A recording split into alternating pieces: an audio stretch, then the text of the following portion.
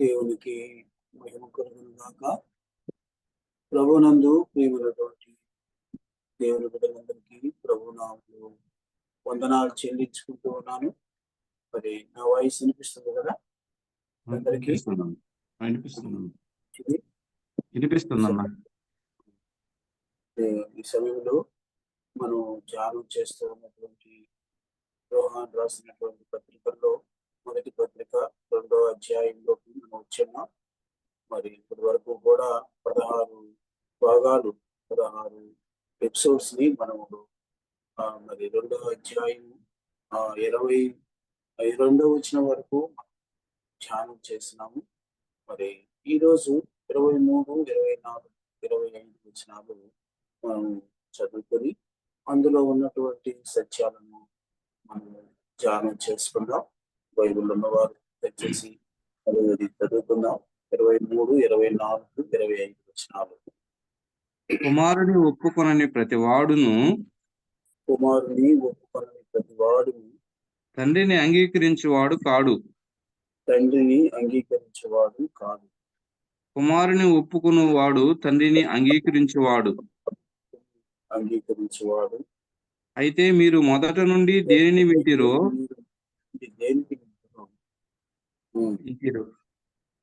మీలో నిలవనీయుడి. మీరు మొదటి నుండి వినినది మీలో నిలిచిన ఎడల మీరు కూడా కుమారు యందును తండ్రి యందును నిలుతురు. తర్వాత నిత్య జీవం అనుగ్రహించున్నదే ఆయన తానే మనకు చేసిన వాగ్దానం. ప్రార్థన చేసుకున్నాం. ప్రేమగల మా తండ్రి, కృప కలిగిన దేవ, యేసుక్రీస్తు ప్రభువా, మీకే స్తుతులు స్తోత్రాలయ్యా, వందనాలు చెల్లించుకుంటున్నాం. ఈ దినం మాకు ఇచ్చినారు. మరి నాయన ఈ బైబిల్ స్టడీలో కూడా మీ వాక్య భాగాలు ధ్యానం చేసుకోవడానికి ప్రభువా, మీరు మా ఎడలు చూపుతున్నటువంటి మీ ప్రేమను బట్టి, మీ దయను బట్టి, మీ వాత్సల్యతను బట్టి, మీ ప్రభుని బట్టి మీకు స్తోత్రాలయ్యా, వందనాలు చెల్లించుకుంటున్నాం.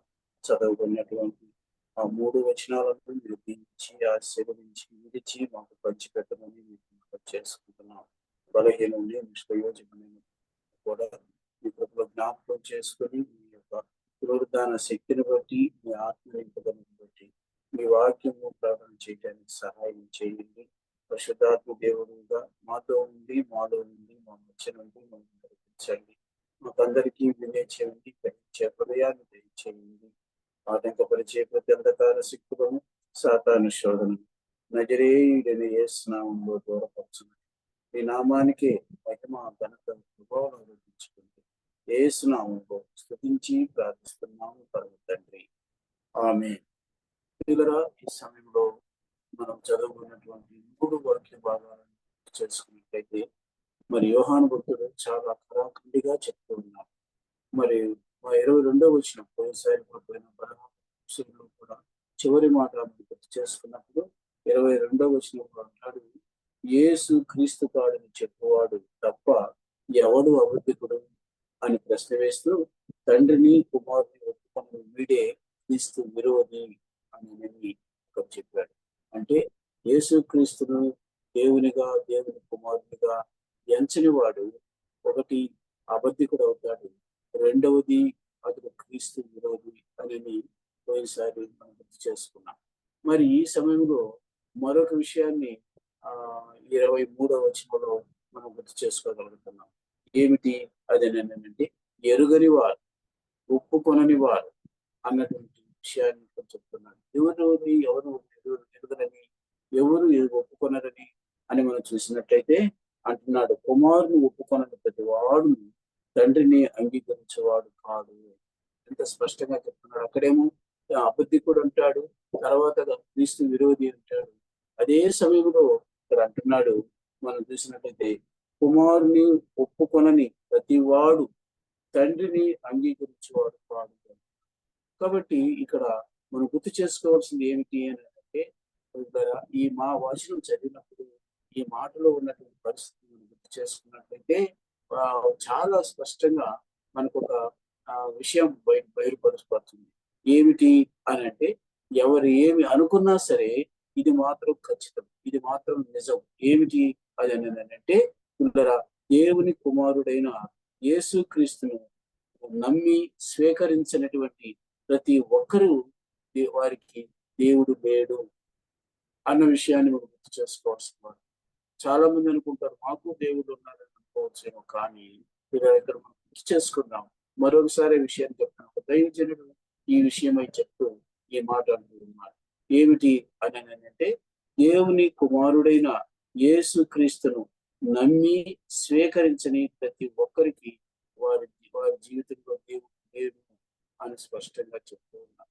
కాబట్టి చాలా మంది ఈ మాట వ్యతిరేకించచ్చేమో, కానీ నేను చెప్తున్నాను ఆ విషయాన్ని అని ఎవరైనా అనుకున్నా సరే, దైవజనుడేదో చెప్పే మాట ఏమిటి అంటే ఈ విషయంలో మనం ఆ విషయాన్ని అర్థం చేసుకోవాలి. ఎందుకనేనంటే ఇక్కడ రాయబడిన మాట చూస్తే, కుమారుని ఒప్పుకొనని ప్రతి వాడు తండ్రిని అంగీకరించేవాడు కాడు.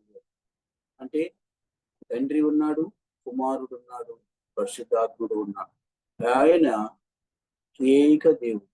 ఆ త్రియేక దేవుణ్ణి అంగీకరించక స్వీకరించకపోతే పిల్లరా, వారు మేము మాకు దేవుడు అన్నట్టు మాటలే.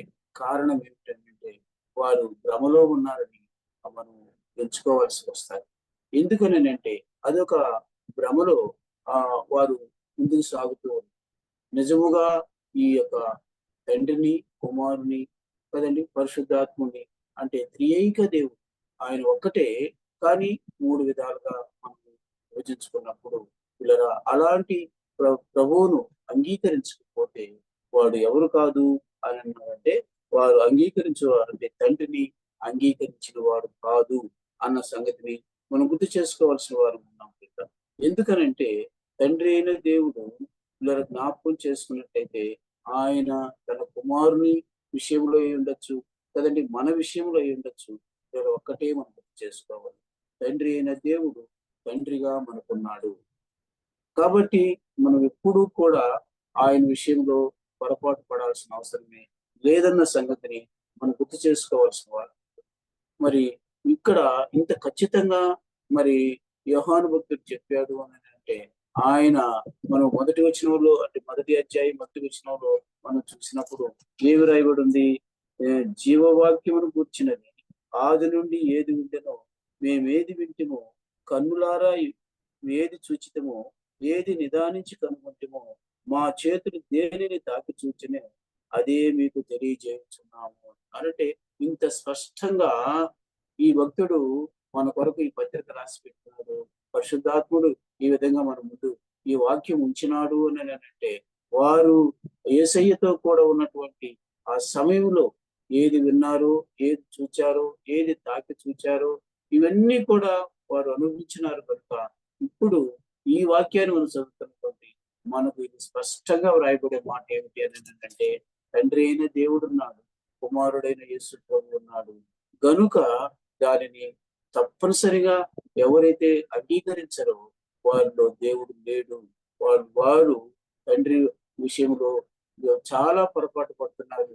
అందుకని అక్కడ రాయబడిన మాట ఏమి రాయబడి ఉందనంటే, అక్కడ తండ్రిని అంగీకరించువాడు ప్రతి వాడును తండ్రిని అంగీకరించేవాడు కాడు అన్న విషయాన్ని మనం గుర్తు చేసుకుంటూ ఉన్నాం. అంగీకరించకపోతే అందుకని కింద కూడా ఒక మాట కలిగి ఉన్నవాడు కాడు అని కూడా రాయబడి. కాబట్టి మనం చూసినప్పుడు ఏమి రాయబడి ఉంది అని అంటే, అలాంటి పరిస్థితి మనకు లేదు. కారణం ఏమిటనంటే మనము కదండి తండ్రి కుమార పరిశుద్ధాత్మను అంగీకరించినాము కనుక, మనం స్వీకరించినాము కనుక, మనం కలిగి ఉన్నాము కనుక నిజ దేవుడైనటువంటి యేసు మనకు దేవుడుగానే ఉంటూ ఉన్నాం. కాబట్టి ఇక్కడ మనం గుర్తు చేసుకున్నట్లయితే మీరు అనుకోవచ్చు, మరి ఇది ఎలాగయ్యా మనం నమ్మేది అని అనుకుంటే ఒక్కసారి ఒక సందర్భాన్ని తీసుకుని వస్తాను. ఒకసారి ఏం జరిగింది అని అంటే, శాస్త్రులు పరిశీలకు ఈ విషయాన్ని ఆయన సమాజ మందిరంలో చెప్తూ ఉన్నాడు. నాతో పాటు చూడండి, యోహాను సువార్త 8వ అధ్యాయంలో మనం చూసినట్లయితే అక్కడ రాయబడిన మాట చూడండి. యోహాను సువార్త 8వ అధ్యాయము 18, 19 వచనాలు చూసినట్లయితే, ఆ శాస్త్రులకు పరిశీలకు యేసయ్య ఏం చెప్తున్నాడో చూడగలుగుతారా? యోహాను నన్ను సువార్త గూర్చి నేను 8వ సాక్ష్యం అధ్యాయం. చెప్పుకుని వాడును, ఆ నన్ను పంపిన చదువుయ్యా. తండ్రి నన్ను గూర్చి సాక్ష్యం ఇచ్చుచున్నాడని చెప్పెను. ఆ వారు నీ తర్వాత తండ్రి ఉన్నాడని ఆయనను అడుగగా, ఉమ్, యేసు మీరు చూసారా? ఇప్పుడు నన్ను వాళ్ళు పరిసయ్యులు, శాస్త్రులు యేసయ్యని అడుగుతూ ఉన్నారు, మీ తండ్రి ఎక్కడ ఉన్నాడు అని అడిగితే ఏం చెప్తున్నాడండి? చూసినట్లయితే యేసు, మీరు నన్నైనను నా తండ్రి అయినను ఎరగరు, ఎరుగరు, నన్ను నన్ను ఎరిగి ఎరిగియుండుట నా ఆ, తండ్రిని కూడా ఎరిగియుందురని వారితో తండ్రిని చెప్పాను. కూడా ఎరిగి ఉందిరని వారితో వారితో అలా చెప్పింది. చెప్తున్నారు కదా. మీరు ఎరుగరు కనుక మీరు ఈ క్వశ్చన్ వేస్తున్నారు, ఈ ప్రశ్న వేస్తున్నారు కదా. ఏమిటి అంటే, మీరు నీ తండ్రి ఎక్కడ ఉన్నాడని వాళ్ళు అడిగితే ఆయనను అడుగగా యేసు అంటున్నాడు, మీరు నన్నైనను నా తండ్రినైనను ఎరుగరు, నన్ను ఎరిగి ఉంటిరా నా తండ్రిని కూడా ఎరిగి ఉందిరని వారితో ఖచ్చితంగా వారి సమాజం అందరిలో చెప్తూ ఉన్నాడు. ఎవరి ముందర? పరిసయ్యులు, శాస్త్రుల ముందర. కాబట్టి ఇది ఖచ్చితంగా మనం గుర్తు చేసుకున్నట్లయితే మనం ప్రభుని ఎరిగాం కనుక ఈ వాక్యానుసారంగా యేసు ప్రభు చెప్పిన దాని ప్రకారం మనం ప్రభుని ఎరిగినామంటే, ప్రభుని ఎరిగినాం కనుక పరమ తండ్రిని కూడా మనం ఎరిగిన వారమై ఉన్నాం.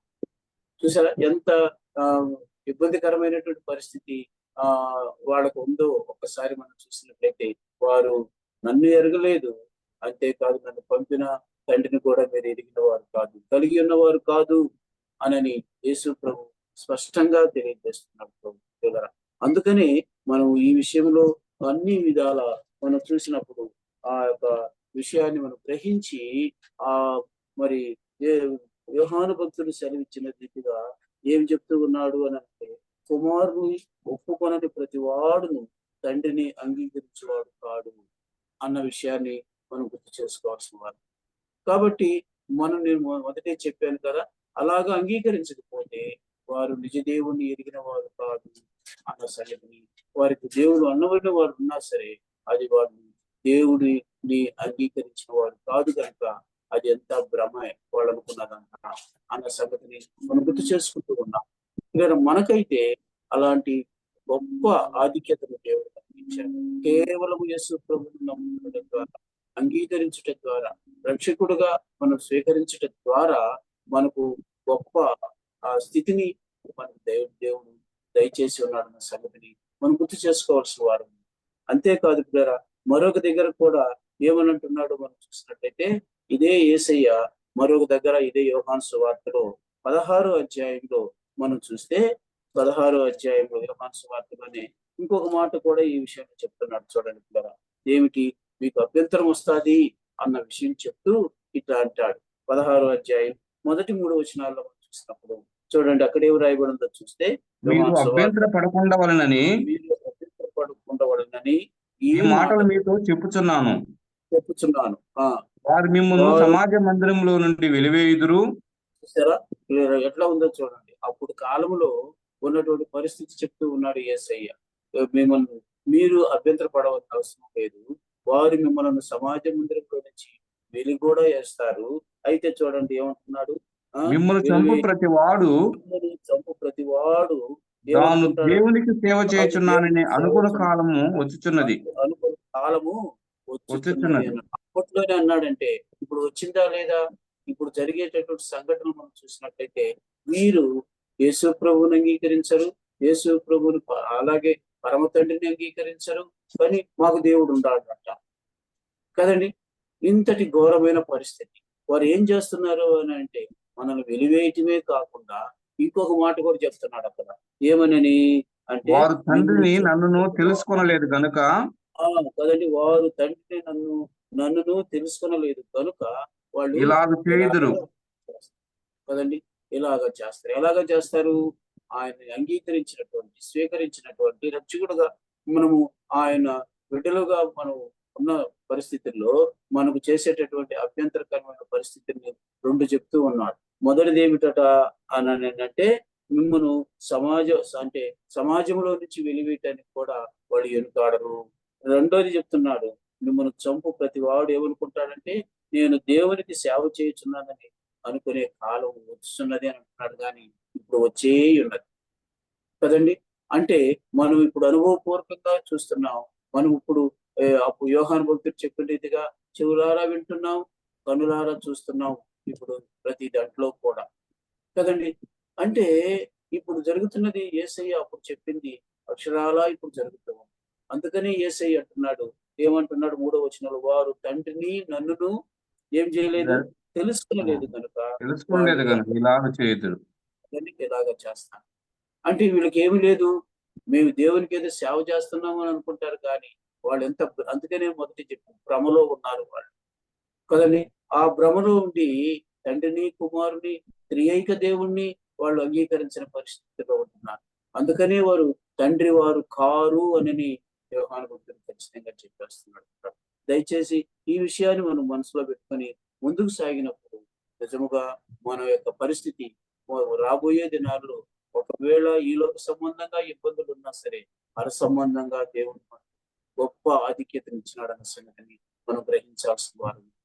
అందుకని యేసయ్య యోహాను సువార్త 17వ అధ్యాయం అంతా కూడా యేసయ్య తండ్రితో ప్రార్థన చేసినాడు. ఆ ప్రార్థనలో ఒక మాట ముందుకు నేను తీసుకుని వస్తాను. చూడండి పిల్లరా, 17వ అధ్యాయం యోహాను సువార్త 17వ అధ్యాయము 3వ వచనంలో చూడండి. పక్కనే ఉంటది 3వ అధ్యాయం 3వ వచనంలో చూసినట్లయితే, అద్వితీయ సత్యదేవుడు అయిన నిన్నును అద్వితీయ సత్యదేవుడైన నిన్నును నీవు పంపిన యేసుక్రీస్తును ఎరుగటియే నిత్య జీవము. జ్ఞాపకం చేసుకోండి. ఈ సత్యాన్ని మనం గ్రహించినాము కనుక ఎవరినంట, ఆయన ఎవరు? అద్వితీయ సత్యదేవుడు ఆయన. అంతేకాదు ఆయన పంపిన యేసుక్రీస్తు ఎరుగుటయే, స్వీకరించుటయే కదండి, అది నిత్య జీవం.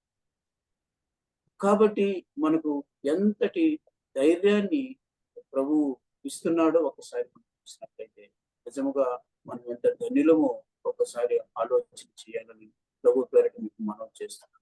కాబట్టి ఇక్కడ యోహాను భక్తుడు ఆ 23వ వచనంలో మాటలు చూసినట్లయితే, వారు తండ్రిని అంగీకరించిన వారు కాదు. ఎవరు వీళ్ళు?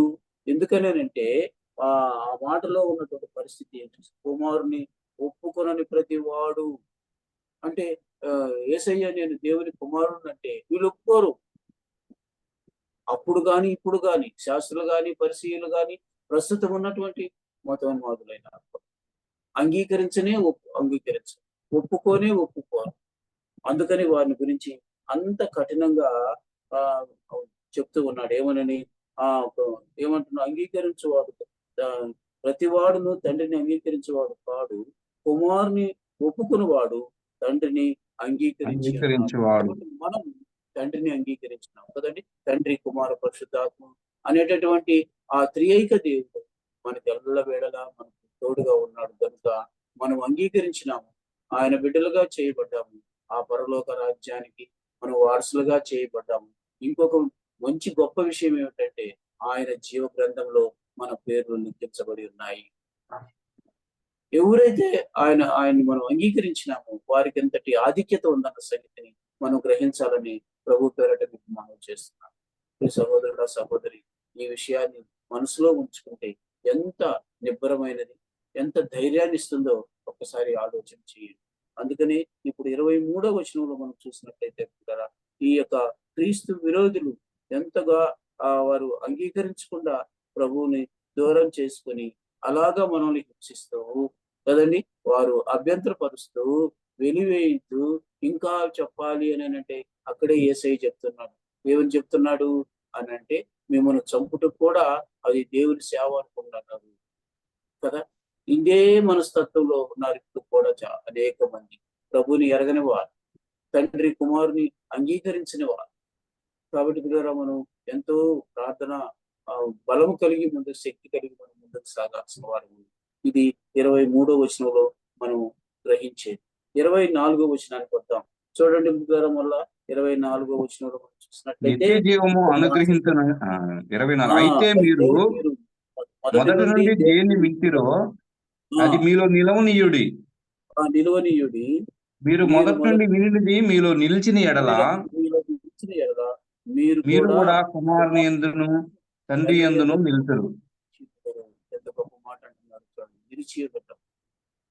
ఎందుకని నిలిచి ఉంటాం? ప్రభువులో నిలిచి ఉండటానికి కారణాలు ఇక్కడ చెప్తూ ఉన్నాడు. ఏమిటంట అంటే, మొదటి నుండి దేనిని మనం విన్నామో, దేనిని మనం గ్రహించినాము, దేనిని మనం అర్థం చేసుకున్నాము, దేనిని మనం స్వీకరించినాము కదండి, దేనిని ఒప్పుకున్నామో కదండి, అలాంటి వారిని గురించి చెప్తున్నాడు. మొదటి నుండి విన్న దాన్ని మీలో నిలిచి నిలవాలి. మనలో ఉండాలి, అది స్థిరంగా ఉండాలి.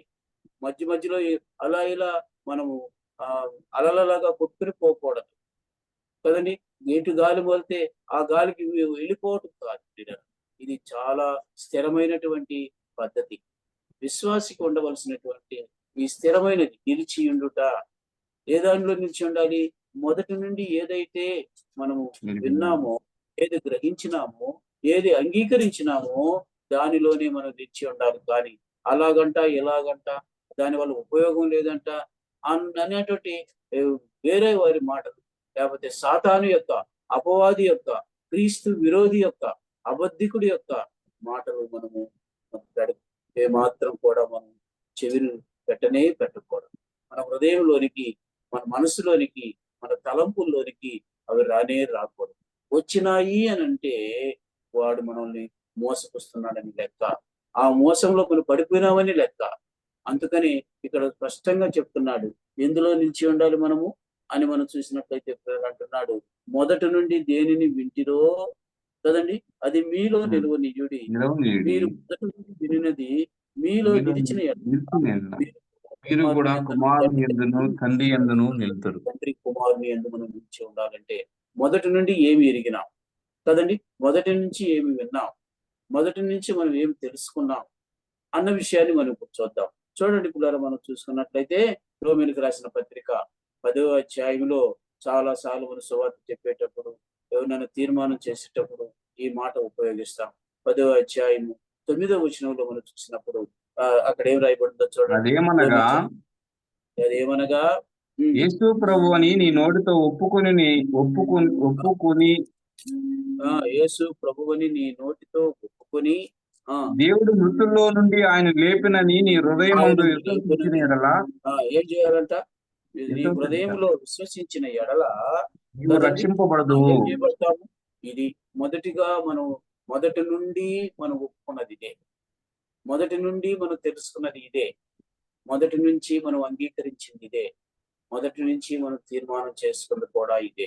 ఏమిటది అంటే యేసు ప్రభు అని మనం నోటితో ఒప్పుకోవడం, సాక్ష్యం చెప్పటం కదండి.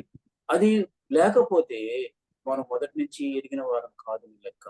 అందుకనే యోహాను భక్తుడు అంటున్నాడు, ఏమంటున్నాడు? యేసు ప్రభు అని నీ నోటితో ఒప్పుకొని దేవుడు మృతుల్లో నుండి ఏం చేశాడు? తన ప్రియకుమారుని ఆయనను లేపినాడు కదండి. ఇవి రెండు మన విశ్వాసానికి, మన రక్షణకు, మన నిరీక్షణకు మూల స్తంభాలు అయి ఉంటుంది కదండి. అవి మనకు ఉంటేనే తప్ప, అందుకని అక్కడ అంటాడు మొదటి నుండి మీరు కదండి, ఏమంటున్నాడు అక్కడ? మొదటి నుండి అది మీలో నిలువనీయుడి అంటున్నాడు కదా. ఏమి విన్నామో, ఏమి ఒప్పుకున్నామో, ఏది మనం తీర్మానం చేసుకున్నామో, ఏది అనేకులకు మన గురించి సాక్ష్యం చెప్పుకుంటున్నామో అందులో ఈ ఏమిటది? యేసు ప్రభు అని మనం ఒప్పుకున్నాం. రెండోది ఏం చేసినాము? ఆ పరమ తండ్రి తన ప్రియకుమారుడైన యేసయ్యను మృతుల్లో నుండి పైకి లేపినాడు హృదయంలో విశ్వసించండి. ఇవి రెండు మనకు ఉన్నాయి కనుక దాంట్లోనే నిలిచి ఉండాలి కదా. అందులో నిలిచి ఉండకపోతే నీ తీర్మానం వేస్టే, నీ సాక్ష్యం వేస్టే, నీ విశ్వాసం వేస్టే, నీ రక్షణ వేస్టే కదా. అందుకని నిలిచి ఉండుడని యోహాను భక్తుడు పదే చెప్తున్నాడు. కాబట్టి ఆలోచన చేద్దాం. ఈ దినాల్లో ఎందరో ఇందులో నిలిచి ఉండకుండా బయటికి వెళ్ళిపోయారు కదండి. బయటికి వెళ్ళిపోవటమే కాదు, యేసు నామానికి అవమానకరమైన స్థితిలో ఈనాడు పెరుగుతూ ఉన్నారు. కాబట్టి అలాంటి పరిస్థితి మనకు రాకూడదు. అందుకని అంటున్నాడు మొదటి నుండి కదండి, మొదటి నుండి దేనిని వింటిరో అది మీలో నిలువనీయుడి. మీరు మొదటి నుండి వినినది మీలో నిలిచిన ఎడల మనకుంటే గొప్ప ఆధిక్యత ఏంటంటే మీరు కూడా కుమారుని యందును తండ్రి యందును నిలిచి ఉంటారు. కాబట్టి ఏక దేవునిలో మనం నిలిచి ఉండటానికి ఒకటే ఒకటి. నేను చెప్పాను కదా, ఇప్పుడు మన మనం నోటితో ఒప్పుకోవటం, హృదయంలో విశ్వసించటం. ఇవి రెండు చేసిన దాన్ని బట్టి మొదటి నుండి మనం అదే బాటలో, అదే మార్గంలో, అదే స్థితిలో మనం ముందుకు సాగలేదు. కాబట్టి పిల్లలకు గుర్తు చేసుకున్న సమయంలో యోహాను భక్తుడు చెప్తున్నటువంటి ఈ మాట మనం ఎప్పుడూ కూడా మర్చిపోకూడదని మనం తెలుసుకోవాల్సిన వారు. అంతేకాదు పిల్లల, పేతురు భక్తుడు పేతుర్ని యేసయ్య అడిగాడు ఒకసారి. పేతుర్ని యేసయ్య అడిగాడు. అడిగినప్పుడు పేతురు ఏం చెప్తున్నాడో ఒకసారి మనం చేసుకున్నామా? మత్తయి సువార్త 16వ అధ్యాయము 13వ వచనం నుంచి చదువుకుందాం. చూడండి, అక్కడ యేసయ్య ఒక విధంగా ప్రశ్న వేస్తూ ఉన్నాడు. ఎవరికి అని అంటే పేతురు భక్తుడికి చెప్తూ ఉన్నాడు. శిష్యులంతా ఉన్నారు. ఆ శిష్యులందరినీ కలిసి అడిగినాడు. అడిగితే ఏం జరుగుతూ ఉందో చూడండి. 16వ అధ్యాయం మత్తయి సువార్త 16వ అధ్యాయము 13వ వచనం నుంచి చదువుకుందాం. ఏం రాయబడిందో చూడండి. ఫిలిప్పుదైన కైసరియా ప్రాంతములకు వచ్చి మనిషి కుమారుడు ఎవడని జనులు చెప్పుకొనుచున్నారని తన శిష్యులను అడగగా వారు కొందరు బాప్తిస్మమిచ్చే యోహాననియు. చూడండి, ఇక్కడ రకరకాలుగా ఉన్నారు. 12 మంది శిష్యుల్లో వారి మనస్తత్వాలు ఎలాగున్నాయో చూసినట్లయితే కొందరు బాప్తిస్మమిచ్చే యోహాననియు, కొందరు ఏలియా అనియు, కొందరు ఇర్మియా అనియు, లేక ప్రవక్తల్లో ఒకడనియు చెప్పుకుంటున్నారని. ఆనాడు ఉన్నటువంటి ప్రజలు ఎన్ని రకాలుగా ఆలోచిస్తున్నారో చూడండి కదండి. ఈయన రక్షకుడని, ఈ యేసు ప్రభువుని నమ్ముకుంటేనే మనకు పరలోక రాజ్యం ఉందని నేను ముందు చెప్పాను కదా. నోటితో ఏమని ఒప్పుకున్నావోలే, యేసు ప్రభు అని ఒప్పుకోవాలి. కానీ వీళ్ళల్లో అది లేదు. అందుకని శిష్యులు చెప్తూ ఉన్నారు, అయ్యా ఇలాగ అనుకుంటున్నారు ఈ జనాలు. ఏమని అనుకుంటున్నారు? కొందరు బాప్తిస్మమిచ్చే యోహాను అని అంటున్నారు, కొందరేమో ఏలియా అంటున్నారు, కొందరేమో ఇర్మియా ప్రవక్త అని అంటున్నారు, కొందరేమో ప్రవక్తలలో ఒకడు కదా. ఈయన నానా రకాలైనటువంటి ఆలోచనలో వాళ్ళు ఉన్నారయ్యా అని శిష్యులు యేసు ప్రభుతో చెప్పారు. అప్పుడు యేసయ్య ఏమంటున్నాడు చూడండి. అందుకైనా మీరైతే నేను ఎవరినని చెప్పుకుంటున్నారని వారిని అడిగిన. ఖచ్చితంగా మనకు కూడా వేస్తున్నటువంటి ప్రశ్న. ఆనాడు శిష్యులకే కాదు, ఇప్పుడు నమ్ముకున్నటువంటి విశ్వాసమైనటువంటి దేవుని బిడ్డలైనటువంటి మనకు కూడా ఈ ప్రశ్న వేసినప్పుడు మనకు రావాల్సిన జవాబు ఎలా ఉండాలి అని అంటే, ఇప్పుడు అందరిని అడిగితే సీమోను పేతురు ఒక్కడు ముందుకు వచ్చి ఏమంటున్నాడో చూడండి. అందుకు సీమోను పేతురు, నీవు సజీవుడగు దేవుని కుమారుడైన క్రీస్తు అని చెప్పాను. చూసారా, అలాంటి స్థిరమైనటువంటి విశ్వాసం, నిలిచి ఉండే విశ్వాసం కదండి. అలాగా ఇలాగా పరుగు ఎత్తేది కాదు. ఇది ఉంటే ఈ దినాన ప్రభువుని నమ్ముకున్నటువంటి ప్రతి ఒక్కరూ కూడా కదలకుండా స్థిరంగా ప్రభువులో ఉండిపోతారు, నిలిచి ఉంటారు. అలా లేరు కాబట్టి ఇదిగో ఏమి లేదు, ఈ పేతురు చెప్పిన రీతిలో లేదు. ఎలా ఉన్నారు అని అంటే, శిష్యులు చెప్పారే ముందు ఏమని, ఆయనని ఈయనని ఆయనని చెప్పుకుంటున్నారయ్యా. ఈ ప్రజలు ఆ ప్రజలలాగే ఉండిపోతారు. ఇప్పుడున్న వాళ్ళు కూడా ప్రభువులు లేకుండా వెళ్ళిపోవటానికి కారణం ఏమిటి అని అంటే, వీరిలో స్థిరమైనటువంటి ప్రభువులో నిలబడేటటువంటి తత్వం వీళ్ళలో లేదు కనుక, ఆ మనస్సు లేదు కనుక కదండి. అందుకని అయితే పేతురు అంటున్నాడు, ఒకవేళ ఆయన దుడికి పేతురైనా వీళ్ళ ఆయనలో ఉన్నటువంటి స్థిరత్వం చూడండి ఎంత గొప్పదో. మనం చూస్తే ఏమంటున్నాడు, నీవు సజీవుడకు కదండి దేవుని కుమారుడు అయిన క్రీస్తువు అని చెప్పాను. చెప్పాలండి. ఎన్ని కష్టాలు వచ్చినా సరే, ఎన్ని ఇబ్బందులు వచ్చినా సరే, ఇలా మనము ఈ మాటలో నుంచి పెరిగిపోకూడదు కదండి. అలా ఎప్పుడైతే మనం పెరిగిపోకుండా ఉంటామో అప్పుడే నిజముగా ప్రభు మనకు ఇవ్వాల్సినవన్నీ కూడా ఇవ్వడానికి ఆయన ఇష్టపడేవాడు ఉంటున్నారు కదండి. కనుక మనం ఒక్కసారి ఆలోచన చేసినట్లయితే ఇబ్బందులు పాలైనటువంటి, సర్వము పోగొట్టుకున్నటువంటి యోబు జీవితంలో కూడా మనం చూసినప్పుడు ఈ పేతురు ఏదైతే చెప్పినాడో ఆయన కన్నా ముందు యోబే చెప్పినట్లుగా మనం చూస్తాం కదా. ఎక్కడుంది ఇది? 19వ అధ్యాయము 25వ వచనంలో ఉంది. ఏముందో చూడండి పిల్లరా. యోబు గ్రంథము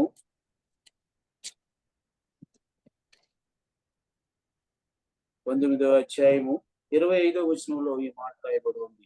ఎంత ఇబ్బందుల్లో ఉన్నాడు, ఎంత కష్టాల్లో ఉన్నాడు, ఎంత నష్టం ఆయనకు వచ్చింది, తన ఆరోగ్యం ఎలా ఉంది, ఇవన్నీ గుర్తు చేసుకున్నప్పుడు ఈనాడు కదండి క్రీస్తులో లేకుండా నిలిచి ఉండలేకుండా పోయే వాళ్ళలో ఒక 1% కూడా లేదు.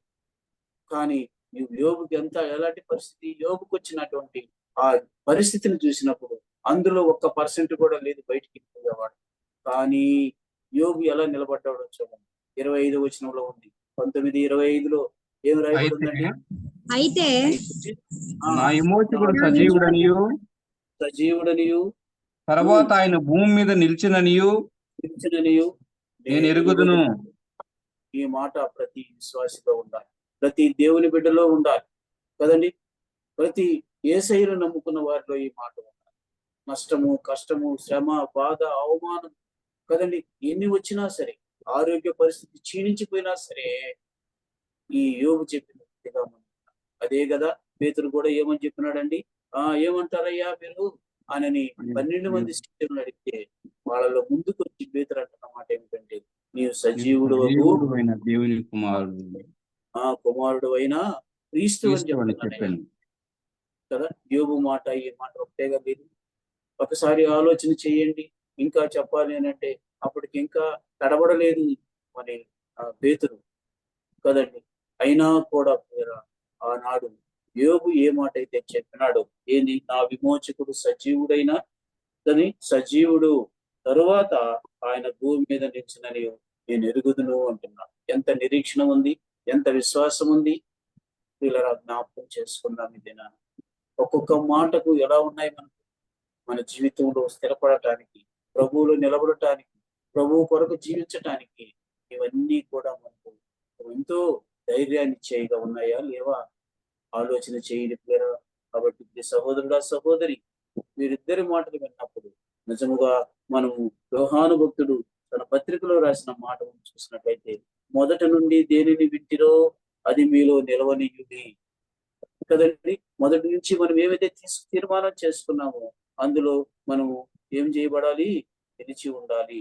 అంతేకాదు పిల్లరా, ఏమంటున్నాడు మరొకసారి మాట చూసినట్లయితే, మీరు మొదటి నుండి వినినది మీలో నిలిచినడెరా మీరు కూడా కుమారుని యందును తండ్రి యందును నిలుస్తారు కదండి. మనం నిలవాలి, స్థిరముగా ఉండాలి కదండి. ఎన్నిచ్చినా సరే నేను అందుకే యోబు భక్తుని కూడా మీ ముందుకు తీసుకుని వచ్చాను.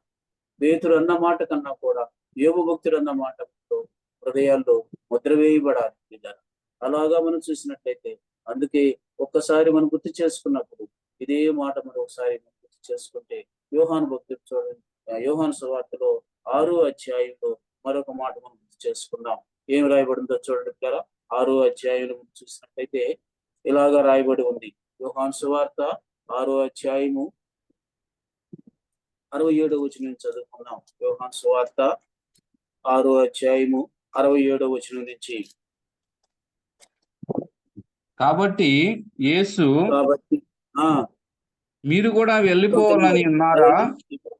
ఇంకొక మాట వేస్తున్నాడు శిష్యుల ముందరనే. ఏమంటున్నాడు? అంతకుముందు ఏం జరిగింది? 66వ వచనంలో మనం చూస్తే కదండి, కొందరు ఏమైపోయినారు, యేసయ్యకు అనేకులు వెనక్కి తీసి మరి ఎన్నడను ఆయన వెంబడింపలేదు, మరి ఎన్నడను ఆయన్ను వెంబడింపలేదు. అలాంటి అంటే ఇప్పుడే కాదు, అప్పుడు కూడా ఉంది ఇలాంటి స్థితి. యేసయ్య సజీవుడుగా ఈ లోకంలో ఉన్నప్పుడు, అప్పటికి మనందరి కోసం, మన పాపాల కోసం సిలువను ఎక్కక ముందే ఎలాంటి పరిస్థితి ఉందో చూడండి కదండి. ఇప్పుడు చూసినట్టయితే ఆయన శిష్యులలో అనేక వెనుక తీసి ఏమైపోయినారు, ఎన్నడను ఆయన వెంబడించలేదు. కాబట్టి యేసు చేస్తున్నాడు, ఉన్నటువంటి మీరు కూడా వెళ్ళిపోవాలని ఉన్నారా, మీరు కూడా వెళ్ళిపోవాలని ఉన్నారా అని 12 మందిని అడగగా, మళ్ళీ అక్కడ కూడా పేతురు ఏమంటున్నాడు చూడండి, ప్రభువా ఎవని యొద్దకు వెళుదుము, నువ్వు ఎక్కడికి వెళ్తామయ్యా మేము, నీవే నిత్య జీవపు మాటలు గలవాడు,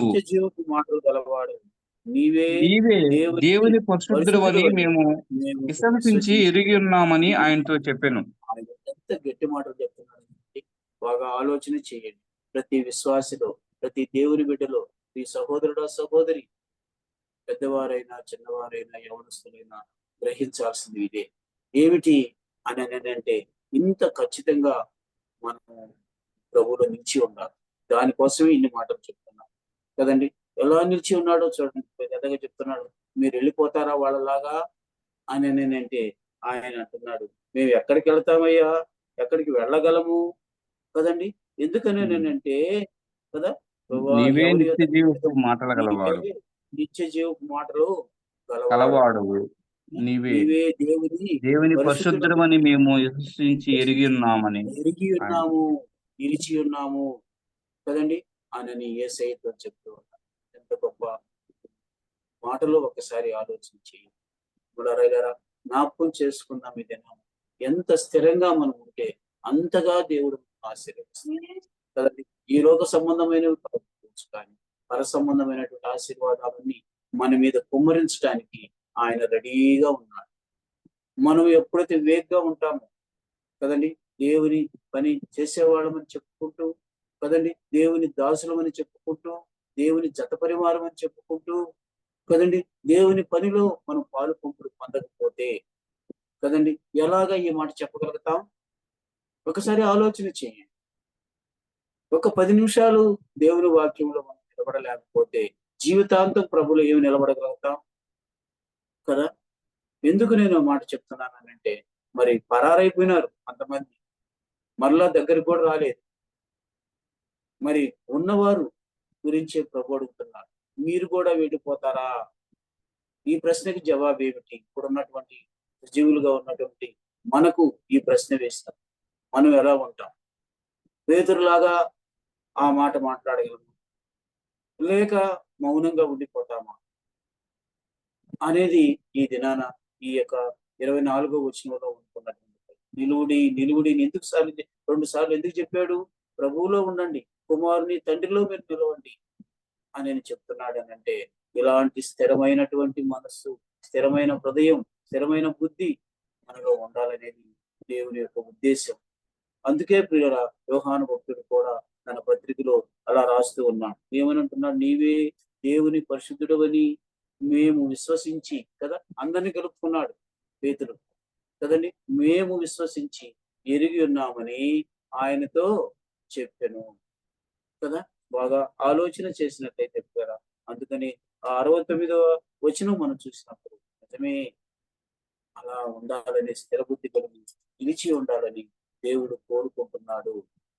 కనుక వెళ్ళిపోయినారు కదండి, మళ్ళా తిరిగి చూడలేదు. ఒకవేళ వాళ్ళు తిరిగి చూస్తే దేవుడు తప్పనిసరిగా మళ్ళా అంగీకరించి ఆహ్వానించి ఉండేవాడు. కానీ వారు తిరిగి చూడటం భయంకరమైనటువంటి అబద్ధపు ఉచ్చులో పడిపోయినారు కదా. అంతా ఇంత కాదు, వీళ్ళు ఒకప్పుడు ఆ చర్చికి వెళ్ళేవాళ్ళు కదా ఆయనని ముక్కుని వేలేసుకునేటట్టుగా చేసినారు చాలా మంది. అలాగ మనం ఉండకూడదని ఇప్పుడు బ్రతిలాడుకుంటున్నారు. పిల్లల జ్ఞాపకం చేసుకోండి. అందుకని మరొకసారి ఆ మాట చూసినట్లయితే యేసు క్రీస్తు కాడు కదండి, 24వ వచనంలో కదా, అయితే మీరు మొదటి నుండి దేనిని వింటిరో అది మీలో నిలువనీయుడి, మీరు మొదటి నుండి వినినది మీలో నిలిచిన ఎడల మీరు కూడా కుమారుని యందు తండ్రి యందును నిలిచి ఉంటారు కదండి. నిలిచి ఉండటానికి ఉండేటటువంటి స్థితి ఏదో కాదు.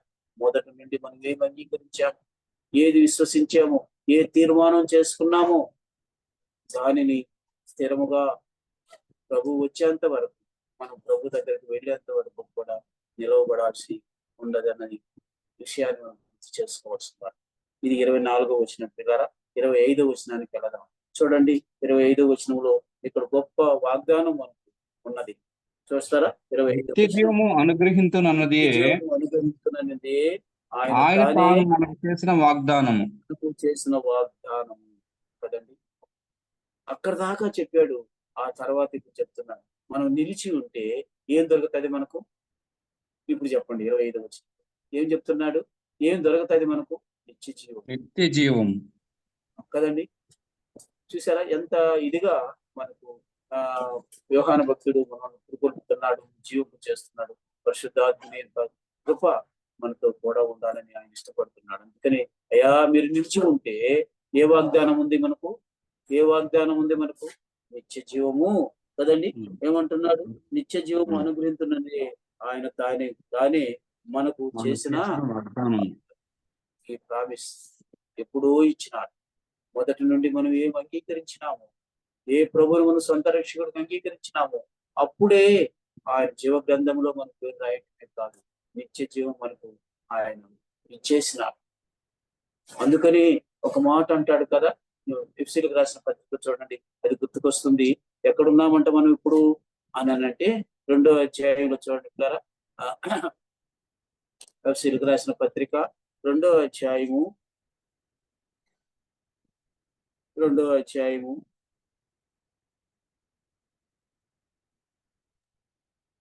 వచనం, 2వ అధ్యాయం 7వ వచనం ఏం రాయబడిందో చూడండి పిల్లరా. మనం ఎక్కడున్నామంట? క్రీస్తు మనలను ఆయనతో కూడా లేపి ఆయనతో కూడా లేపి పరలోకమందు ఆయనతో కూడా కూర్చుండబెట్టెను. చూసారా, ఆయనతో పరలోకం కూర్చుండబెట్టాడంటానా లేకపోతే పెట్టున్నాడా? కూర్చుండబెట్టెను. అబ్బాగా నాకు ఇది అనిపిస్తుంది. ఏమిటి అని అంటే, క్రీస్తు మనలను ఆయనతో కూడా లేపాడు, పరలోకమందు ఆయనతో కూడా ఏం చేస్తున్నాడు? మనల్ని కూర్చుండబెట్టి ఉన్నాడు. అదే నిత్య జీవం ఇవ్వటం, అదే వాగ్దానం కదా. ఆలోచన చేయగలిగారా? ఇలాగా ఒక్కొక్క వాక్యం చదువుతున్నప్పుడు, ఒక్కొక్క మాట వాక్యమై ఉన్నటువంటి దేవుడు మనతో మాట్లాడుతున్నప్పుడు ఇవి స్థిరంగా మనలో నిలిచిపోవాలి. కనుకనే ప్రియులరా, గుర్తు చేసుకున్నప్పుడు 3వదిగా ఈ 25వ వచనంలో మనం చూసినప్పుడు నిత్య జీవం ఇస్తానన్నటువంటి వాగ్దానాన్ని గురించి కొద్ది మాటలు మనం గుర్తు చేసుకుందాం. చూడండి పిల్లరా, నాతో పాటు యోహాను సువార్త 6వ అధ్యాయం 40వ వచనంలో మనం చూస్తే, ఇప్పుడు ఏం రాయ అక్కడ కూర్చుండబెట్టిన మాట ఉంది. ఇప్పుడు చూడండి యేసయ్య ఏం చెప్తున్నాడో చూడండి కదా. 6వ అధ్యాయము 40వ వచనం ఏం రాయబడింది? కుమారుని చూచి ఆయన యందు విశ్వాసముంచు ప్రతి వాడును నిత్య జీవం పొందుటయే నా తండ్రి చిత్తము. అంత్య దినమున నేను వానిని లేపొదును. కదా. ఇక్కడ ఎంత స్పష్టంగా యేసయ్య చెప్తున్నాడో చూడండి. కుమారుని చూచి ఆయన యందు విశ్వాసం ఉంచు ప్రతి వాడు ఏం పొందుతున్నాడండి? నిత్య జీవం పొందును. ఇక్కడ కుమారుని మనం చూస్తున్నాం, మీరు చెప్పాలి. కుమారుని ఎక్కడ చూస్తున్నాము? బొమ్మల్లోనా, పటాల్లోనా, ఎక్కడ చూస్తున్నాం కదండి? అమ్మా, తండ్రి కుడి పార్శ్వం కాదు. ఇప్పుడు మనం చూసేది ఎక్కడ? యోహాను సువార్త 1వ అధ్యాయం 1వ వచనంలో ఉన్న మాట ఏంటి కదండి? ఆది యందు వాక్యం ఉండెను, వాక్యము ఉండెను, వాక్యమే దేవుడై ఉండెను. చూసేది మరి వినేది ఏంటి? కుమారునే కదండి. కుమారునే చూస్తున్నాం, కుమారుని మాటలే వింటున్నాం. కాబట్టి ఇక్కడ రాయబడిన మాట మనం చూసినట్లయితే, కుమారుని చూచి ఆ వాక్యమందు అయితే ఆ దేవుడు వాక్యమైనటువంటి దేవుని యందు విశ్వాసం ఉంచి ప్రతి వాడును ఏం పొందుతున్నాడు? నిత్య జీవము పొందుటయే నా తండ్రి చిత్తము కదా. అంచె దినాన వానిని నేను లేపుతాను కదా. ఎంత సూక్ష్మంగా ఉందో చూడండి మోక్షం. కాబట్టి ఆలోచన చేయగలుగుతారా? యేసయ్యను మనం చూస్తున్నాం, వింటున్నాం కదా. అందుకని అప్పుడు ఒకవేళ శిష్యుని చూసి ఉండొచ్చు, ఇప్పుడు మనం చూస్తూ ఉండదు ఏంటంటే, ఈ బైబిల్లో ఉన్నటువంటి పరిశుద్ధ గ్రంథంలో వాక్యాన్ని మనం విన్నప్పుడల్లా ఆయన చూస్తున్నట్టే లెక్క కదా. కాబట్టి ఇప్పుడు గుర్తు చేసుకుందాం. అందుకనే అక్కడ రాయబడిన మాట మనం చూసినప్పుడు అలాగా యేసు ప్రభు ఆనాడు చెప్పిన మాటే ఈనాడు మనకు చెప్తూ ఉన్నారు. నన్ను చూచినారు, నా యందు విశ్వాసం ఉంచినారు, నా ఏం చేస్తున్నారు? ప్రతి వాడు నిత్య జీవము పొంది ఉన్నాడు. అది నా తండ్రి యొక్క చిత్తము. ఆయన యొక్క చిత్తములో పుట్టినదే ఇది. ఆయన ప్రణాళికే. ఎక్కడున్న వారిమో, ఎటు పోయేవారమో అయినా కూడా ఆయన ప్రణాళికలోనికి వచ్చాము. ఆయన లెక్క ప్రకారం మనం ఇప్పుడు దేవుని బిడ్డలుగా కొనసాగుతూ ఉన్నాం. పిల్లరా, గుర్తు చేసుకుందాం. కాబట్టి ఈ నిత్య జీవం అనే వాగ్దానాన్ని ఎప్పుడో మనకిచ్చిన, ఎప్పుడైతే ప్రభుని మనం మొదట ఏది ఎరిగినామో, ఏది విన్నామో, ఏది తెలుసుకున్నామో, ఏమి మనం విని ముందుకు సాగుతున్నామో, అప్పుడే దేవుడు మనకు నిత్య జీవమని మనకు అనుగ్రహించేసినాడు కదా. అయితే నిలిచి ఉన్నప్పుడు మాత్రమే దీన్ని పొందగలుగుతాం కదా. అప్పుడే పరారైపోయినారు యేసయ్య ఉన్నప్పుడే, ఇంకా తిరిగి కూడా చూడలేదు వాళ్ళు కదా. కాబట్టి అర్థం చేసుకున్నాం కదా. అందుకని ఆ నిత్య జీవం అనే వాగ్దానాన్ని దేవుడు మనకి ఇచ్చినాడు. అందుకని పౌలు భక్తుడు కూడా తీతు పత్రికలో ఇలా చెప్తున్నాడు. చూస్తారా నాతో పాటు? ఆ తీతు పత్రిక 1వ అధ్యాయము, పౌలు భక్తుడు కూడా ఈ మాటను ఇంకా గట్టిగా చెప్తూ ఉన్నాడు. చూడండి, తీతు పత్రిక 1వ అధ్యాయము, ఇక్కడ మొదటి 4 వచనాలు, 1వ అధ్యాయం మొదటి 4 వచనాల్లో ఏం రాయబడిందంటే దేవుడు కలిసి ఉన్నాయి, అన్ని కలిసి ఉన్నాయి. మధ్యలోకి వద్దాం. తీతుకు శుభమని చెప్పి వ్రాయినది అని రాయబడి, అప్పుడు ఏం రాయబడిందో చూడండి. ఆ నిత్య జీవమును ఆ నిత్య జీవమును అబద్ధమాడనేరని దేవుడు అనాథ కాలమందే వాగ్దానము చేసిన గాని కదండి. ఎప్పుడంట ఆ నిత్య జీవమును కదండి, ఆ నిత్య జీవమును అబద్ధమాడని నమ్మదగిన దేవుడు కదండి. ఆ నమ్మదగిన దేవుడు అనాది కాలమందే, అంటే ఎప్పుడో మనకు వాగ్దానం చేసిన. అందుకనే నేను చెప్పాను, ప్రభువుని ఎప్పుడైతే మనం అంగీకరించినామో, ప్రభువుని ఎప్పుడైతే మన సొంత రక్షకుడుగా అంగీకరించినామో, అప్పుడే ఈ వాగ్దానం అనాది కాలముననే ఏం చేశాడంటయ్యా, ఈ వాగ్దానము చేసి ఉన్నాడు. కాబట్టి మనం గుర్తు చేసుకుందాం పిల్లరా, ఆయన చేసిన వాగ్దానము నిత్య జీవము ఇచ్చినాడు మనం. కాబట్టి దీని నుంచి మనం తప్పిపోకూడదు. అందుకని యోహాను భక్తుడు తన పత్రికలో కూడా రాయబడిన మాట ఏమిటంటే, నిత్య జీవము అనుగ్రహించినట్టే ఆయన తానే మనకు చేసిన వాగ్దానము. కాబట్టి పిల్లరా గుర్తు చేసుకుందాం, ఇలాంటి గొప్ప వాగ్దానం మనకు ఉంది కనుక మనం ఎన్నడూ కూడా తప్పిపోకుండా నిలిచిన వారమై, ఆయనలో నిలిచిన వారమై ముందుకు సాగాల్సిన వారం. అప్పుడు ఆయన ఇచ్చినటువంటి, అందుకని అక్కడ రాయబడిన మాట తప్పని దేవుడు కదండి, నమ్మదగిన దేవుడు మనకి ఇచ్చినాడండి. ఇది ఎవరు మనము ఒక విధంగా చెప్పాలంటే నమ్మకత్వం లేని వారం, నమ్మదగని వారం. అయినా దేవుడు మనల్ని ప్రేమించినాడు, తన కృపా కనికరాలను బట్టి మనకు ఆ నిత్య జీవాన్ని ఇచ్చినాడు. కనుక మనం నిలిచి ఉండాలి. తండ్రి కుమారుని నడిచి ఉండాలి, నిలిచి ఉండాలి. మనం స్థిరమైన బుద్ధి కలిగిన వారంపై ఉండాలి. అందుకనే యోహాను సువార్తలో ఏం రాయబడిందో చూడండి. యోహాను సువార్త 3వ అధ్యాయము 16వ వచనంలో చూస్తే, ఈ నిత్య జీవము ఎప్పుడు ఇచ్చినాడు, ఎలా ఉంటే ఇచ్చినాడు అన్నటువంటి విషయాన్ని మనం చూసినట్లయితే, అక్కడ చాలా సార్లు మనం చదువుకుంటూనే ఉంటాం. 3వ అధ్యాయం లోకమును ఎంతో ప్రేమించెను కాగా ఆయన తన అద్వితీయ కుమారునిగా పుట్టిన వాని యందు విశ్వాసం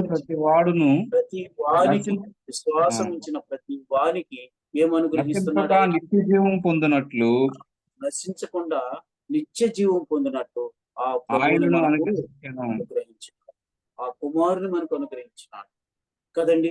కాబట్టి విశ్వసించిన వారికి నశించిపోయేటటువంటి స్థితి లేకుండా నిత్య జీవాన్ని మనకి ఇచ్చినాడు. అది మనకు మెయిన్ అక్కడ కావాల్సింది. కాబట్టి పిల్లలు జ్ఞాపకం చేసుకోండి. అదే పిల్లల యోహాను సువార్తలోనే మరొక మాట చదువుకొని మనం నేర్చుకుందాం. చూడండి, 6వ అధ్యాయము 47వ వచనం. యోహాను సువార్త 6వ అధ్యాయం 47వ వచనంలో మనం చూసినట్లయితే మరొక మాట రాయబడి ఉంది కదా. ఏమిటది? విశ్వసించువాడే నిత్య జీవం గలవాడు, జీవాహారము నేనే, నీ పితరులు అరణ్యములో మన్నాను తిను అంతా అవసరం లేదు, కానీ మొదటి భాగమే మనం చూసినట్లయితే, విశ్వసించువాడే నిత్య జీవము గలవాడు, విశ్వసించువాడే నిత్య జీవము గలవాడు. అందుకనే 3:16 చదివించినాడు కదండి. ఏం చేసినాడు? దేవుడు లోకమును ఎంతో ప్రేమించినాడు కాగా తన అద్వితీయ కుమారుని యందు విశ్వాసముంచు ప్రతి వాడును నశింపక నిత్య జీవం పొందినట్టు ఆయనను మనకు అనుగ్రహించినాడు కదండి. ఆ విశ్వసించిన వాడే ఏం పొంది ఉంటాడు? నిత్య జీవాన్ని పొంది వాగ్దానం. ఇలా జ్ఞాపకం చేసుకోండి, ఈ 3 వచనాల్లో మనకు దేవుడు ఇచ్చినటువంటి గొప్ప ఆధిక్యతను మనం కనుగొని అలాగా ముందుకు సాగాల్సిన బాధ్యత మనందరి మీద ఉంది. విన్నటువంటి ప్రియ బిడ్డలారా ఆలోచన చేయండి. ఏ మాత్రం కూడా దేవుడు ఆయన మాట ఇచ్చి తప్పిపోయేవాడు కాదన్న సంగతిని మనం గుర్తు చేసుకోవాల్సిన వాడు. ఎందుకనగా పిల్లరా ఆయన అంతగా మనల్ని ప్రేమించాడు. ఆ విషయాన్ని గ్రహించినటువంటి యోహాను భక్తుడు ఈ పత్రికను అంత అద్భుతంగా మన కొరకు రాయించి పెట్టినారు. కాబట్టి ఈ 3 విషయం వచనాలను మరొకసారి మననం చేయండి. విధిలో కూడా పాలు పంపులు పొందండి. ప్రభు దేవుడు ఇచ్చే ఆశీర్వాదాలు మీ సొంతం చేసుకోవాలని ప్రభు పేరట మీకు మనవి చేస్తూ ఈ వాక్యాన్ని నేను ముగిస్తూ ఉన్నాను. పిల్లరా గుర్తు చేసుకోండి మరొకసారి, మీరందరూ కూడా ప్రభు వాక్యం విని అనేకులకు మీరు తెలియజేయాలని ప్రభు పేరట మీకు మనవి చేస్తూ ఉన్నాను. అలాగూ ఇంకా ఈ యొక్క వాక్యాలు నేనేం గొప్పగా చెప్పేవాడిని కాదు, కానీ ఉన్న విషయాన్ని తేటతెల్లం చేయాలన్నటువంటి ఆశతో మీ ముందుకు ఈ వాక్యం తీసుకుని వస్తున్నాను. దయచేసి ఇంకా కూడా చెప్పి వారిని కూడా ఈ యొక్క బిజీలో జీవులో పాలు పంపులు పొందేటట్టు చేయండి. మీకందరికీ ప్రభు నామములో వందనాలు చెల్లించుకుంటూ నేను ముగించుకుంటున్నాను. ప్రభునామలో మీకు అందరికీ వందనాలు. ఈ సమయంలో మనం చక్కటి వాక్యాన్ని విన్నాము. కొన్ని ప్రకటనలు ఉన్నాయి, దయచేసి వినండి. ముఖ్యంగా ఈ నెలలో 4వ శనివారం, అంటే ఈ శనివారం 22వ తేదీ స్వార్థ సేవ ఉంది కొండపాలెం గ్రామంలో. అందరూ ప్రార్థన చేస్తున్నారు కదా, ఇంకా ఎక్కువగా ప్రార్థన చేయాలని మనవి చేస్తున్నాం. ప్రతి సమయంలో మనం ప్రార్థన కూర్చున్నప్పుడు కొండపాలెం స్వార్థ సేవ కొరకు ప్రార్థన చేయాలని మనవి చేస్తున్నాం. కొండపాలెము, అక్కంపేట, బీరంపల్లి ఆ 3 కూడా కలిసి ఉన్నాయి. అందుకని ఆ ఏరియా అంతా కూడా దేవుని స్వార్థతో మనం వెళ్ళి నింపాల్సిన వారంగా ఉంటున్నాం. అంత దినాల్లో మనం చేయాల్సింది అదే. అంతకంటే మనం చేయగలిగినటువంటి గొప్ప పని ఏమి లేదు. మన చుట్టూ నశించిపోయేటటువంటి ఆత్మలు దేవుడు నమ్మాలని మన యొక్క ప్రార్థన, ఆకాంక్ష. మరి దేవుడు చెప్పిన ఆజ్ఞ కూడా అది. కాబట్టి అందరూ ప్రార్థన చేయాలని మనం చేస్తున్నాం. ప్రార్థన పూర్వకంగా మనం పాల్గొందాం. అంటే నిర్లక్ష్యంగా కాదు, లేకపోతే నేను పోకపోయినా పర్వాలేదు అనే ఒక మాట కాకుండా దేవుని పని నేను చేయాలి, తర్వాత అనేకులు రక్షణలోకి వచ్చేటట్టు ఇది నా బాధ్యత అనుకొని మనం చేద్దాం. కాలం కొద్దిగానే ఉంది కాబట్టి చక్కగా దేవుని యొక్క సువార్త ప్రకటించి మన వంతు మనం దేవుని రాజ్య వ్యాప్తి కొరకు పాల్గొందాం అని చెప్పేసి మనం చేస్తున్నాం.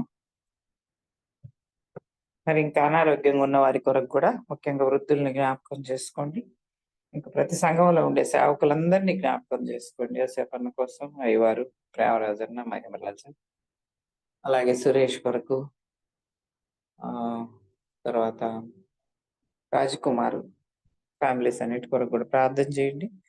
అదే రకంగా మరి మనకు సేవలో ఎంతో సహకరిస్తున్నటువంటి సునీల్ అన్న, మురళి కొరకు, జయరామయ్య కొరకు, పీటర్ పాల్ కొరకు ప్రార్థన చేయండి. ప్రతిరోజు కూడా 11 గంటలకి, మధ్యాహ్నం 3 గంటలకి మనకు ప్రార్థన జరుగుతుంది ఆన్లైన్లో. పొద్దున సహోదరులు చేస్తాము, మధ్యాహ్నం 3 గంటలకి సేవకులు బ్రదర్స్ చేస్తున్నారు. కాబట్టి వీలైన వాళ్ళందరూ కూడా జాయిన్ కావాలని మనవి చేస్తున్నాం. అట్లానే యూత్కి వీలైన వాళ్ళు ఉదయకాలం కూడా ఉంది, 5:30కి ఒక లింక్ ఉంది.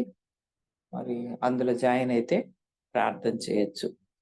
కాబట్టి మనం చేయగలిగింది ప్రార్థన, ప్రకటన, ఈ 2 కూడా ప్యారలల్ గా వెళ్తే మనం ఎంతో చక్కగా దేవుని పరిచర్యను నెరవేర్చిన వాళ్ళం అవుతాము. కాబట్టి ప్రార్థన చేయండి, ప్రార్థనలో కూడా పాల్గొనండి. ఇంతవరకు ఎవరు పాల్గొనకపోతే తర్వాత మీ స్పెసిఫిక్ గా మీ సంఘాల్లో ఉండే అవసరాల కొరకు మీరు పంపించినట్టయితే వాటిని షేర్ చేస్తాం, అందరికీ ప్రార్థన కూడా చేస్తాం. ఆరోగ్యాల కొరకు కానీ, మరి ఇంకేదన్నా ఉద్యోగాల కొరకు, ప్రత్యేకమైనటువంటి అవసరతలు ఉంటే, ఇంకా కుటుంబాల్లో రక్షణ లేని వారి కొరకు కూడా మీరు ప్రేయర్ రిక్వెస్ట్ సెండ్ చేస్తే ప్రార్థన చేయడం అనేటటువంటిది జరుగుతుంది. తర్వాత 19వ తేదీ అంటే బుధవారం చిమిర్తి గ్రామంలో సహోదరి ఎస్తేరమ్మ గారు ప్రభువులు నిద్రించారు. ఆమె ఆదరణ కొడుకుంది. కాబట్టి దాని కొరకు ప్రార్థనా పూర్వకంగా పాల్గొనాలని మనవి చేస్తున్నాం. అలాగే ప్రతి నెల కూడా 2వ శనివారం, తర్వాత 4వ శనివారం మనకు సువార్త సేవ ఉంది. కొండపాలెంలో అయిపోయిన తర్వాత చిమిర్తిలో 2వ శనివారం ఉంటుంది. తర్వాత తిప్పవరప్పాడులో 4వ శనివారం ఉంది. అది అయిపోయిన తర్వాత మనకు ఆగస్టు నెలలో మిగతా సంఘాల్లో అంటే మనకు వీరారెడ్డిపల్లి, తర్వాత తుంగపాలెం 2వ శనివారం, వీరారెడ్డిపల్లి 4వ శనివారం. సెప్టెంబర్ నెలలో 2వ శనివారం అపార్ట్మెంట్స్, అలాగే 4వ శనివారం గాంధీనగర్. ఇవి జ్ఞాపకం పెట్టుకొని షెడ్యూల్ పెట్టుకొని ప్రార్థన చేస్తారండి. మరి ఎక్కడ కూడా తొట్టుపడకుండా దేవుని యొక్క సువార్త ప్రకటించబడాలి. తర్వాత బైబిల్స్ కూడా ఇంకా రావాల్సింది, న్యూ టెస్ట్మెంట్స్, అవి త్వరగా వచ్చేటట్టు ప్రార్థనలో జ్ఞాపకం చేసుకోవాలని మనం చేస్తున్నాం. మరి ఈ సమయంలో వాక్యం ఉన్నటువంటి ప్రతి ఒక్కరికి వందనాలు. ప్రార్థన చేయాలని చెప్పేసి ఒక సహోదరుడు ఎవరైనా ప్రార్థన చేయండి. మొదటి ప్రార్థన ఎవరు చేశారు? నేను చేశాను అక్క. సరే, అయ్యవారు చేస్తారా ఇప్పుడు? యెషయన్న చేస్తాను. చేయమని చెప్పండి. ప్రేమానమ్మకం గల ఈ పరలోక తండ్రి, ఈ ఘనమైన పాదాలకి స్తోత్రాలు. ఈ మహాప్రేమ దయాన్ని దేవస్థాన్ని బట్టి మా ఇచ్చిన గొప్ప సమయాన్ని బట్టి కూడా నీకు స్తోత్రాలు చెల్లినప్పుడు దేవ గత నుంచి ఈ భవిష్యత్తు ప్రేమించి ప్రభా ఈ దినం కూడా ప్రభావ ఆన్లైన్లో ప్రార్థన చేసే భాగ్యంగా చేసిన విధానం బట్టి కూడా నీకు స్తోత్రాలు. దేవాలయం ద్వారా నైనా మొదలైన పత్రిక 2వ అధ్యాయం 23వ వచనంలో మీరు శ్రేష్టమైన మాటలు ఇచ్చిన విధానం బట్టి కూడా నీకు వందములు స్తోత్రాలు సిద్ధం. ప్రభావైనా దేవుని అడిగిన వారు, దేవుని అంగీకరిస్తున్న వారు ప్రభావాలందరూ కూడా ప్రభావ దేవుని భ్రమలు పడుకోవాలని చెప్పిన దాన్ని బట్టి వందనాలు స్తోత్రాలు. దేవుని తరమైన తండ్రి కుమార్ పరిశుధాత్మకి మాకు నాయన నిత్యం ఇచ్చే దేవుడు కూడా నీకు వందనాలు స్తోత్రాలు. మీరు నాయన సత్యవేద దేవుడు, జీవంగల దేవుడు, జీవాధిపతి దేవుడు ప్రభావాన్ని సహాయాన్ని ఉపదయించుకుని ప్రార్థన ప్రభావాన్ని విశ్వాసమైనప్పుడైనా నీ తోడు తప్పుగా నీ హృదయం ఉంచుకుంటానైనా మొత్తంలో లేచుకొని ఎదిగే వారిని కూడా రక్షణ కూడా దేశమైన ప్రార్థన విజయం పొందాలంటే మేము నీ ఎందుకు విశ్వాసించిన నమ్మకం నీ సేవలో దిగే భాగ్యం మాకు దయచేయమని ప్రార్థిస్తున్నాయి. ప్రభావ జీవించమని ప్రార్థిస్తే పురుగు వచ్చిన జీవించమని ప్రార్థిస్తున్నాయి. దేవాలయం దాంట్లో సహాయం దయచేసి ప్రార్థన ఒకటి మనం కూడా జీవించి ఆశ్రయంతో ప్రయాసపడుతుందిగా ప్రభావ వారికి మనం దీవించి ఆశ్రయం ఈ నెలలో కూడా 4వ శనివారం కొన్ని పనుల సంఘంలో సువార్తలు వేరే భాగ్యాలు దయచేయండి.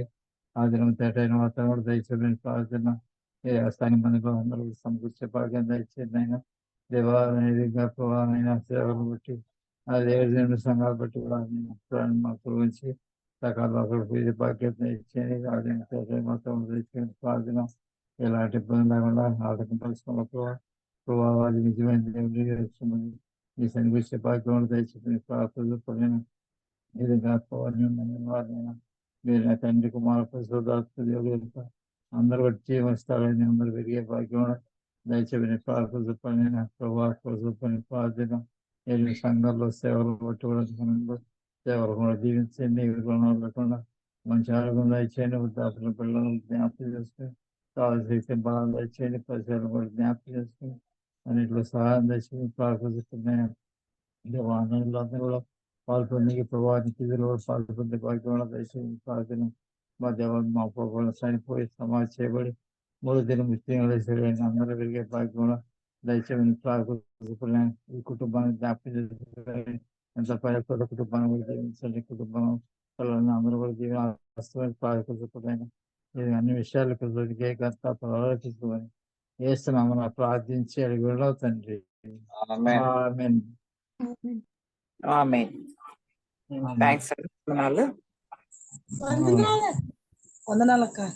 ప్రభునామంలో వందనాలు. జయరామయ్య వందనాలు. యెషయన్న వందనాలు. వందనాలమ్మ. బాబన్న గిరిజమ్మ వందనాలు. యోసేపన్న వందనాలు. నందిని వందనాలు. పద్మ వందనాలు. సురేష్ వందనాలు. స్వరూప్ నారాయణమ్మ వందనాలు. వందనాలు ఆంటీ. వందనాలు. అందరికీ ప్రభునామములో వందనాలు చెల్లిస్తూ ముగించు.